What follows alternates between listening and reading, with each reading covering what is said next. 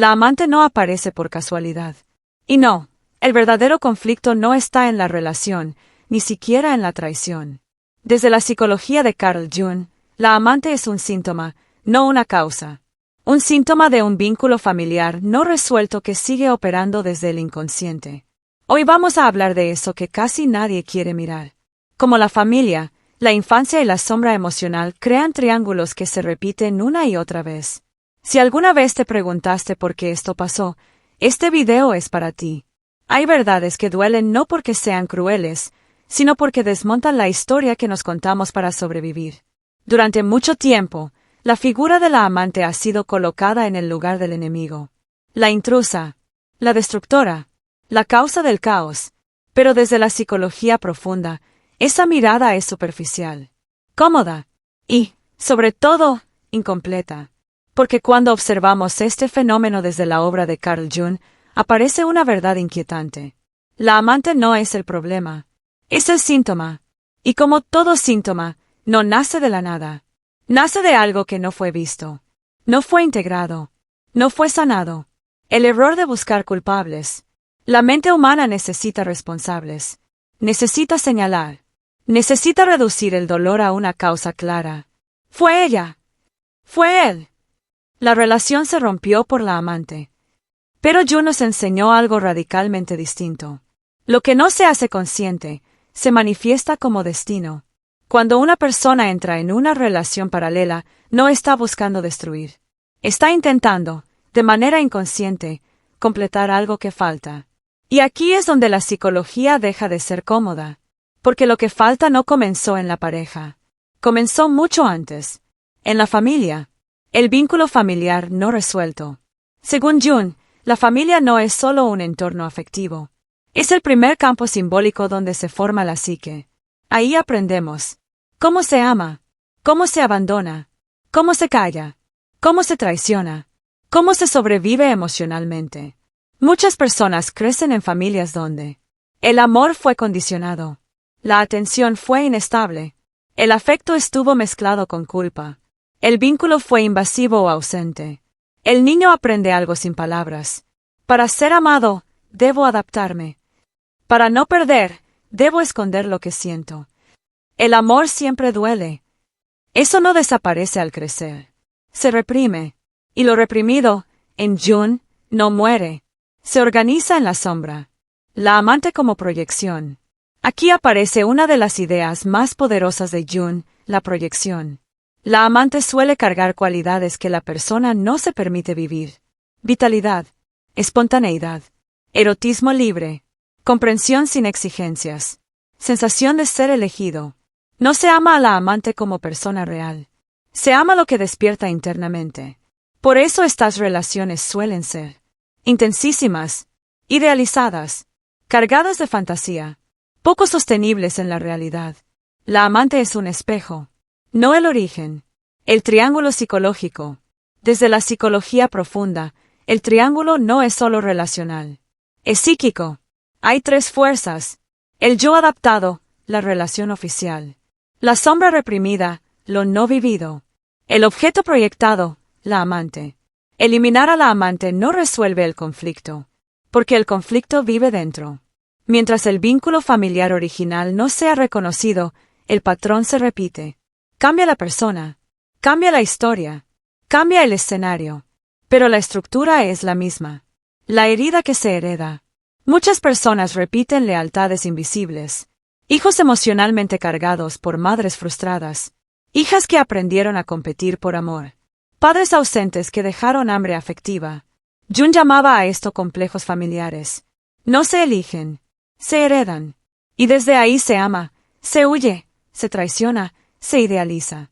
El verdadero dolor no es la infidelidad, es el despertar, es darse cuenta de que no se eligió desde la conciencia, se repitió una historia, se buscó afuera lo que faltaba adentro.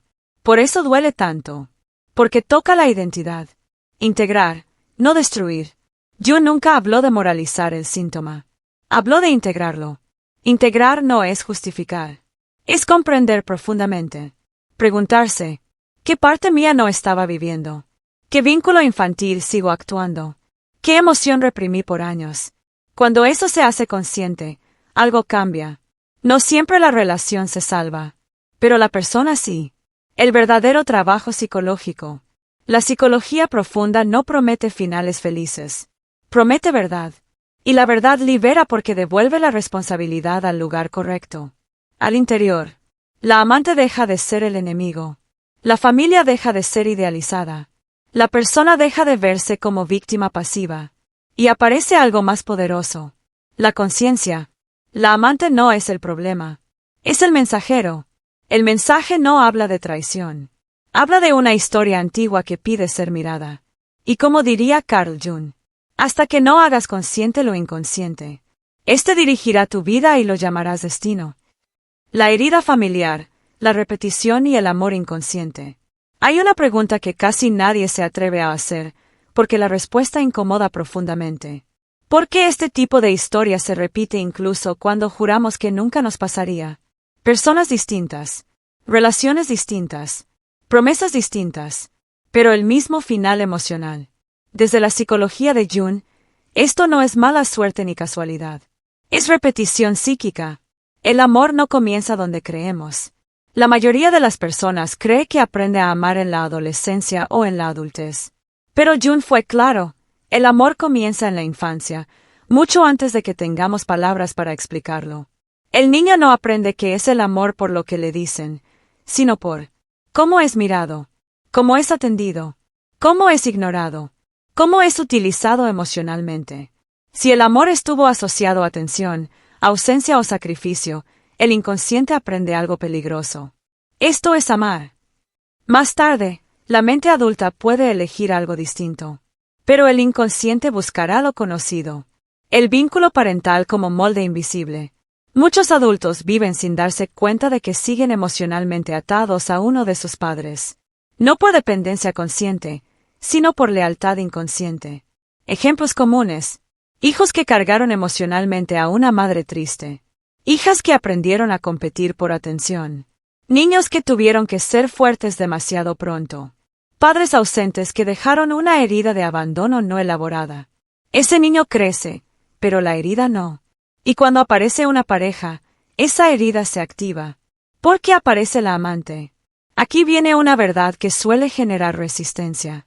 La amante aparece cuando el vínculo principal ya no puede sostener la tensión psíquica interna.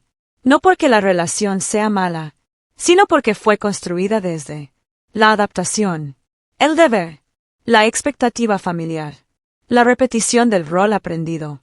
La amante encarna lo que el yo reprimió para ser aceptado. Deseo sin culpa, atención sin exigencia, sensación de ser elegido y no necesitado. Por eso la experiencia se vive como real y auténtica. Pero no lo es en el sentido profundo. Es compensatoria. La mujer enfrentada a su propia sombra. En el caso de la esposa, el dolor suele ser devastador porque no solo se pierde la relación. Se pierde la identidad construida. Yo hice todo bien. Yo cumplí. Yo fui leal. La amante no solo amenaza el vínculo. Amenaza la narrativa personal. Por eso la rabia no es solo hacia la otra mujer, sino hacia la parte propia que nunca se permitió vivir. El hombre como figura secundaria. Uno de los mayores malentendidos es creer que el hombre es el centro del conflicto. Desde Jung, muchas veces no lo es. El hombre funciona como activador del conflicto, puente simbólico, escenario donde se representa la herida. Por eso, incluso si el hombre desaparece, el conflicto puede continuar internamente. El triángulo como estructura psíquica. Este punto es clave para que el espectador comprenda profundamente. El triángulo no es solo relacional. Es una estructura interna. Yo consciente, lo que creo ser. Sombra, lo que negué. Proyección, donde pongo eso negado. Mientras esa estructura no se integre, la historia se repite. El verdadero miedo. El miedo no es perder al otro. El miedo es mirar la herida original. Porque mirar la herida implica aceptar que no elegí libremente, que repetí una historia, que no estaba tan consciente como creía. Pero Jung decía algo fundamental. No se puede transformar lo que no se reconoce. Pausa larga para respiración narrativa. Lo que vamos a ver en la siguiente parte es lo más importante de todo este trabajo psicológico. Cómo se rompe el patrón. ¿Qué significa integrar la sombra? Y por qué la conciencia, aunque duele, libera. Integrar la herida, conciencia, sombra y libertad interior. Llegar hasta aquí ya es un acto de valentía psicológica. Porque este no es un tema cómodo. No ofrece culpables claros. No ofrece soluciones rápidas. Pero ofrece algo más valioso, salida. Integrar no es justificar. Uno de los mayores errores es creer que comprender significa justificar. No es así. Integrar, en Jung, significa recuperar lo proyectado, asumir la responsabilidad psíquica, dejar de actuar el conflicto inconscientemente. La amante deja de ser enemiga cuando deja de ser contenedora de lo reprimido. El trabajo real comienza adentro. La pregunta no es, ¿por qué apareció esta persona? La pregunta real es, ¿qué parte mía no estaba siendo vivida? ¿Qué necesidad infantil sigue activa? ¿Qué vínculo familiar sigo repitiendo? Estas preguntas no destruyen, despiertan. El duelo que casi nadie hace. Hay un duelo silencioso que casi nadie nombra. El duelo de la identidad falsa. Aceptar que no fui tan consciente. No elegí desde la libertad. Me adapté para ser amado. Ese duelo duele más que la traición misma. Pero es el que libera. Cuando el patrón se rompe. El patrón no se rompe cambiando de pareja. Se rompe cuando la herida es vista. La emoción reprimida se siente. La historia familiar deja de gobernar. En ese momento, algo cambia profundamente. El amor deja de ser repetición y se vuelve elección.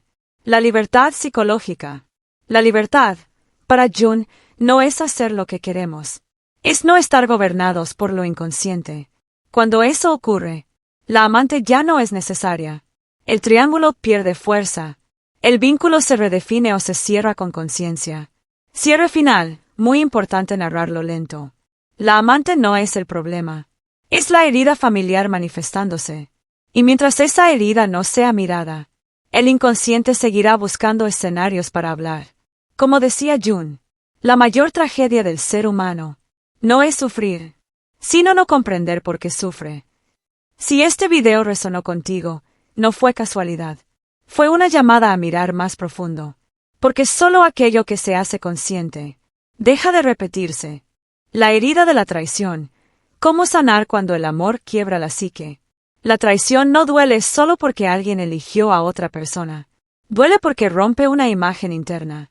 Una imagen que sostenía identidad, seguridad y sentido. Cuando una traición ocurre, no se rompe únicamente la relación. Se rompe el mundo interno que se había construido alrededor de ella. Por eso la herida es tan profunda. Porque no toca solo el corazón. Toca la psique. El impacto silencioso de la traición. Hay personas que describen la traición como un golpe repentino. Otras la describen como una caída lenta, casi imperceptible, hasta que el suelo aparece. Pero en ambos casos ocurre lo mismo. El sistema emocional entra en estado de desorganización. Aparecen pensamientos repetitivos, escenarios imaginados, preguntas sin respuesta. ¿Qué hice mal? ¿No fui suficiente? ¿Todo fue mentira? Estas preguntas no buscan información. Buscan restaurar el control. Porque la traición quita algo esencial. La sensación de estabilidad psíquica. Lo que realmente se rompe. Desde la psicología profunda, la traición no hiere solo el vínculo con el otro. Hiere el vínculo con uno mismo. La persona traicionada suele sentir vergüenza inexplicable, culpa que no le pertenece, pérdida de valor personal, dudas sobre su intuición. No porque haya fallado, sino porque la traición destruye la narrativa interna. Yo sabía quién era el otro. Yo tenía control. Yo estaba a salvo. Cuando esa narrativa cae, la psique entra en crisis. La herida antigua que se reactiva. Aquí aparece un punto crucial. La traición no solo duele por lo que pasó ahora, sino por lo que despierta del pasado. Muchas personas no sufren solo la traición actual, sino la reactivación de heridas antiguas. Abandono temprano, falta de protección emocional, amor condicionado, inseguridad afectiva infantil. La traición actúa como detonante, no como origen. Por eso el dolor puede sentirse desproporcionado, paralizante, total. El error de intentar sanar rápido. Vivimos en una cultura que exige superar rápido, pasar página, ser fuerte, pero la psique no funciona así. Sanar una traición no es olvidar, no es perdonar por obligación, no es volver a confiar de inmediato. Sanar es integrar la experiencia sin negarla, y eso requiere tiempo, silencio y honestidad emocional. El duelo que no se nombra. Después de una traición hay varios duelos. El duelo por la relación que fue. El duelo por la persona que creíamos conocer. El duelo por la versión de nosotros mismos que confiaba. Este último es el más difícil, porque implica aceptar. Yo confié, y aún así, me traicionaron. Eso no te hace débil. Te hace humano. Recuperar la dignidad interna. Uno de los pasos más importantes en la sanación es recuperar la dignidad psíquica. La traición suele empujar a la persona a compararse, espiar, buscar explicaciones constantes, rebajarse emocionalmente. Esto no es falta de autoestima. Es una psique en shock buscando sentido. Sanar implica un punto clave. Dejar de mirarse desde los ojos del traidor. Tu valor no se mide por la elección del otro. Se mide por tu capacidad de sostenerte cuando todo se quiebra. Comprender sin justificar. Comprender no significa justificar la traición. Significa sacar la experiencia del terreno del caos. Cuando comprendemos, dejamos de personalizarlo todo. Recuperamos poder interno. Salimos del rol de víctima permanente. La traición habla del mundo interno del otro, pero el dolor habla del tuyo. Y ese dolor merece atención, no juicio. La sombra después de la traición. Después de una traición, aparece una sombra nueva. Rabia, deseo de venganza, desconfianza extrema, frialdad emocional. Negar estas sombras solo la vuelve más peligrosa. Integrarla significa reconocer la rabia sin actuarla, sentir el dolor sin quedar atrapado en él, escuchar lo que esta experiencia vino a mostrar. La sombra no destruye cuando se mira, destruye cuando se niega. El cuerpo también recuerda. La traición no es solo emocional, es somática. Muchas personas experimentan ansiedad física, opresión en el pecho, insomnio, fatiga profunda. El cuerpo procesa lo que la mente aún no puede. Sanar implica dormir, comer, respirar, detener la sobreexigencia. No es debilidad, es regulación del sistema nervioso. El momento de decidir. Hay un punto silencioso en toda sanación donde surge una pregunta. ¿Voy a vivir desde esta herida o voy a transformarla? No se responde rápido. No se responde con la cabeza. Se responde cuando el dolor empieza a ordenarse. Algunas relaciones continúan, otras terminan, pero la verdadera sanación no depende de la decisión externa, sino de la posición interna. Convertir la herida en conciencia. Cuando la herida se trabaja con honestidad, algo cambia. La persona deja de mendigar amor. Aparece un nuevo límite interno. La intuición se afina. La elección futura se vuelve más consciente. La traición, sin romantizarla, puede convertirse en un punto de despertar. No porque haya sido necesaria, sino porque fue integrada. El amor después de la traición. El amor después de la traición no vuelve a ser ingenuo, pero puede ser más real, más consciente, más elegido, menos idealizado. Sanar no es volver a confiar ciegamente. Es aprender a confiar sin perderte a ti. La traición deja una herida, pero no tiene por qué definirte. Cuando el dolor se escucha, cuando la rabia se comprende, cuando la herida se integra, la psique deja de sangrar y comienza a reorganizarse, no para volver a lo que fue, sino para construir algo más verdadero, porque lo que se mira con conciencia no se repite como destino. Y sanar no es olvidar lo ocurrido. Sanar es no vivir atrapado en ello. Si llegaste hasta aquí, no fue por curiosidad superficial. Fue porque algo de esta historia tocó una zona más profunda. En el eco de la mente no buscamos culpables. Buscamos comprender lo que se repite, lo que duele, y lo que permanece oculto en el inconsciente. Suscribirte a este canal no es seguir a una persona. Es acompañarte en un proceso de conciencia. Aquí hablamos de psicología profunda, de vínculos, de sombra, Y de esas verdades que no siempre son cómodas, pero que liberan. Si este contenido resonó contigo, suscríbete y activa la campana, porque mientras lo inconsciente no se escucha, seguirá hablando a través de nuestras relaciones. Nos vemos en el próximo eco.